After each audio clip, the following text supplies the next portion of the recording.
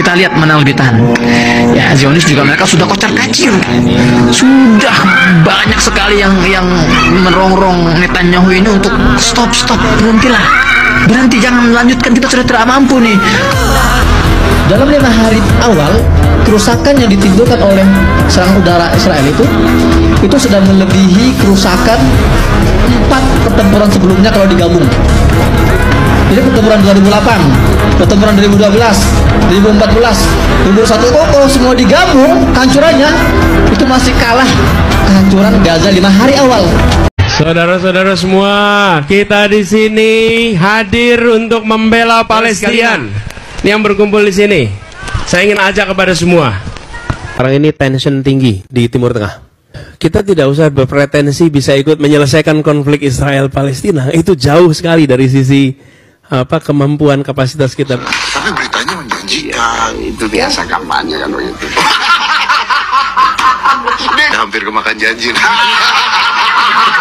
Wong ngomong mintra-mintri saenake udeli dhewe. Kenapa Timur Tengah itu gagal jadi negara? Orang Islam ini susah diajak bernegara. Susah. Orang Islam ini paling gampang diajak memberontak. Orang Islam itu kan baca Al-Quran. Al-Quran itu imamuna. Dalam Islam itu Al-Quran adalah imamku. Jadi kalau orang Islam itu baca Al-Quran, itu seperti mendapat perintah langsung.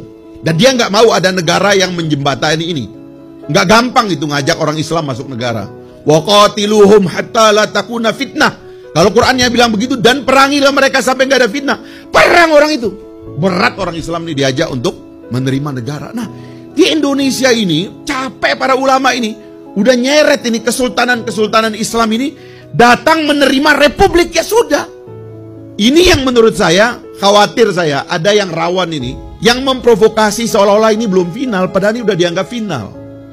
Saya terus terang kecewa betul itu dengan tokoh-tokoh tua macam Pak Hendro dan lain-lain. Kerjaannya itu gangguin orang Islam terus. Wah, ini orang mau bikin negara khilafah. Khilafah apa? Khilafah itu konsep ada dalam Al-Quran.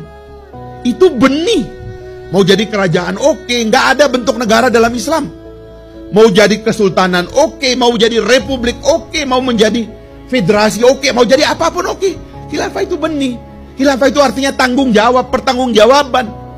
Kita ini mengurusi sesama itu adalah pertanggungan. Inni ja'ilum fil ardi khalifah. Kata Tuhan ngomong sama malaikat, saya mau turunkan manusia ini sebagai khilafah, sebagai khalifah. Tuhan yang ngomong begitu. Maksudnya manusia ini dilengkapi oleh Tuhan sebagai fi ahsani taqwim, diciptakan sebagai makhluk yang sempurna, akalnya, budinya luar biasa semua. Dikasih tanggung jawab ngurus manusia ini. Supaya manusia tahu bahwa ada konsepsi pertanggungjawaban di antara mereka. Dan terjadilah itu. Sepanjang sejarah sudah terbentuk. Tiba-tiba sampai di Indonesia hari ini, ada yang ingin memecah belah kita. Menganggap konsepsi-konsepsi dasar agama sebagai ancaman kepada republik. Menurut saya, inilah ancaman dan bahaya kepada negara kita sekarang. Saya salut kepada orang Kristen karena dia sudah menyelesaikan dengan berbagai perjanjian itu, berhasil mengakhiri berbagai konflik di antara sesama pemeluk keimanan itu. Ya mohon maaf, jangan salahkan saya meskipun saya Islam, wallahi saya Islam.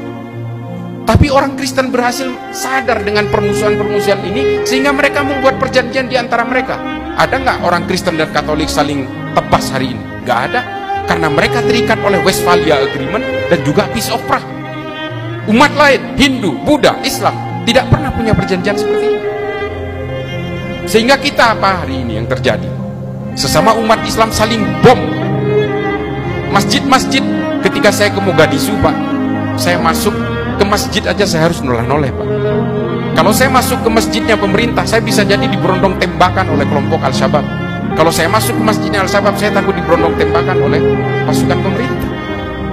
Padahal sama pahamnya.